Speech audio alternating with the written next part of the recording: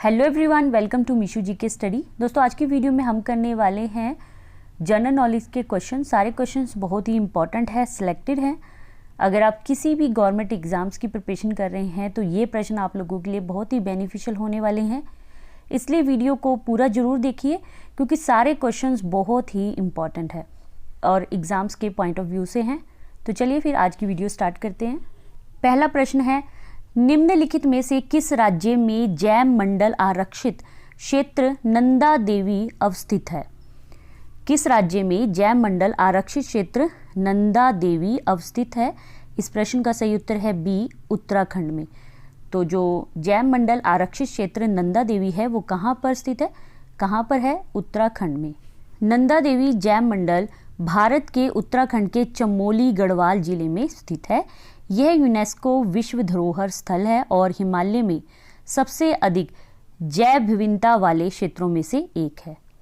तो चलिए दोस्तों, हम दूसरे प्रश्न पर चलते हैं। हमारा दूसरा प्रश्न है, विशु नाम से नव वर्ष किस राज्य में मनाया जाता है? विशु के नाम से नव वर्ष किस राज्य में मनाया जाता है? इसका उत्तर है डी, केरल राज्य में। हमारा तीसरा प्रश्न है, भारत के प्रथम व्यक्तिगत सत्याग्रही कौन थे? इस प्रश्न का सही उत्तर है ए, आचार्य विनोबा भावे। भारत के प्रथम व्यक्तिगत सत्याग्रही आचार्य विनोबा भावे थे। चौथा प्रश्न है, संविधान के अंतर्गत प्रदान किए गए समानता के अधिकार से संबंधित अनुच्छेदों में निम्न में से कौन सा अनुच्छेद शामिल नहीं है? तो इन चारों ऑप्शन में से बताना है कि कौन सा अनुच्छेद शामिल नहीं है समानता के अधिकार में। इस प्रश्न का सही उत्तर है ए, अनुच्छेद 20। जो अनुच्छेद 20 है वो समानता के अधिकार से संबंधित नहीं है। जो हमारा समानता का अधिकार है वो संविधान के अनुच्छेद 14 से 18 में निहित है और जो अनुच्छेद 20 है यह अपराधों के लिए दोष सिद्धि के संबंध में सुरक्षा से संबंधित है। पांचवा प्रश्न है, पीवी सिंधु बैडमिंटन सेंटर की आधारशिला किस शहर में रखी गई है? पीवी सिंधु बैडमिंटन सेंटर की आधारशिला। इस प्रश्न का सही उत्तर है बी, विशाखापत्तनम में। छठा प्रश्न है, भारत के सर्वोच्च न्यायालय द्वारा राष्ट्रीय विधिक सेवा दिवस की शुरुआत किस वर्ष से की गई थी? इस प्रश्न का सही उत्तर है सी, 1995 से। भारत के सर्वोच्च न्यायालय द्वारा राष्ट्रीय विधिक सेवा दिवस की शुरुआत 1995 से की गई थी। राष्ट्रीय विधिक सेवा दिवस प्रत्येक वर्ष 9 नवंबर को मनाया जाता है। राष्ट्रीय विधिक सेवा दिवस प्रत्येक वर्ष कब मनाया जाता है? 9 नवंबर को। और राष्ट्रीय विधिक सेवा दिवस कानूनी जागरूकता को बढ़ावा देने के लिए एक मंच के रूप में कार्य करता है।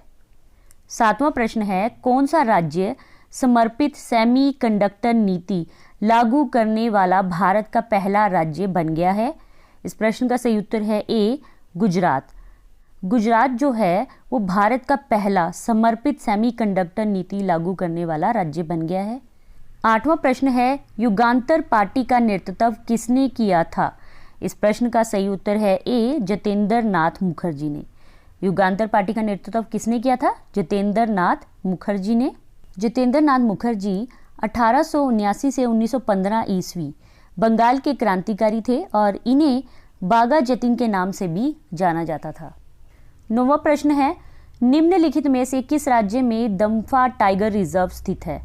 दम्फा टाइगर रिजर्व किस राज्य में स्थित है? इस प्रश्न का सही उत्तर है बी, मिजोरम में। 10वां प्रश्न है, निम्नलिखित में से किसे गोल्डन फाइबर कहा जाता है? इस प्रश्न का सही उत्तर है सी, जूट को। 11वां प्रश्न है, भारत में सबसे प्रथम कॉटन मिल या फिर सूती वस्त्र उद्योग निम्नलिखित में से किस शहर में स्थापित किया गया था? इस प्रश्न का सही उत्तर है सी, बंबई में। 1856 ईस्वी में कावस जी डावर नाना भाई द्वारा बंबई में सूती वस्त्र उद्योग स्थापित किया गया था। 12वां प्रश्न है, सोमपुर महाविहार का निर्माण किसने कराया था? इस प्रश्न का सही उत्तर है डी, धर्मपाल ने। सोमपुर महाविहार का निर्माण धर्मपाल ने करवाया था। 13वां प्रश्न है, पुरातन काल में हिमालय के स्थान पर कौन सा सागर विद्यमान था? इस प्रश्न का सही उत्तर है बी, टेथिस सागर। पुरातन काल में हिमालय के स्थान पर कौन सा सागर विद्यमान था? टेथिस सागर। 14वां प्रश्न है, विश्व ओजोन दिवस प्रतिवर्ष कब मनाया जाता है? इस प्रश्न का सही उत्तर है सी, 16 सितंबर को। 16 सितंबर को प्रतिवर्ष विश्व ओजोन दिवस मनाया जाता है। 15वां प्रश्न है, भारतीय राजनीति में कार्यपालिका किसके अधीन है? भारतीय राजनीति में कार्यपालिका किसके अधीन है? इस प्रश्न का सही उत्तर है डी, विधायिका के।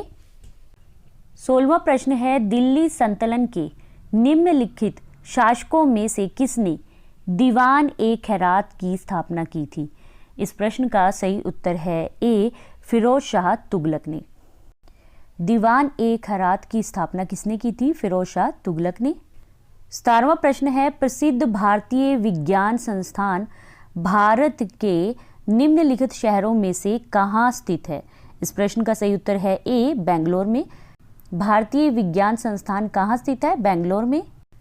18वां प्रश्न है, 281 एंड बियॉन्ड नामक पुस्तक निम्नलिखित में से किस भारतीय क्रिकेटर की एक प्रसिद्ध आत्मकथा है?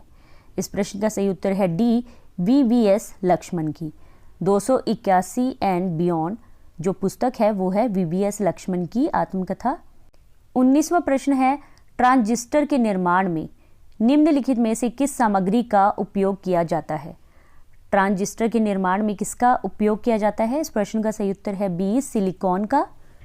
20वां प्रश्न है, पाली जॉर्ज स्टेडियम जो मुख्य रूप से फुटबॉल से संबंधित है, पाली जॉर्ज स्टेडियम है जो मुख्य रूप से फुटबॉल से संबंधित है, किस राज्य में है?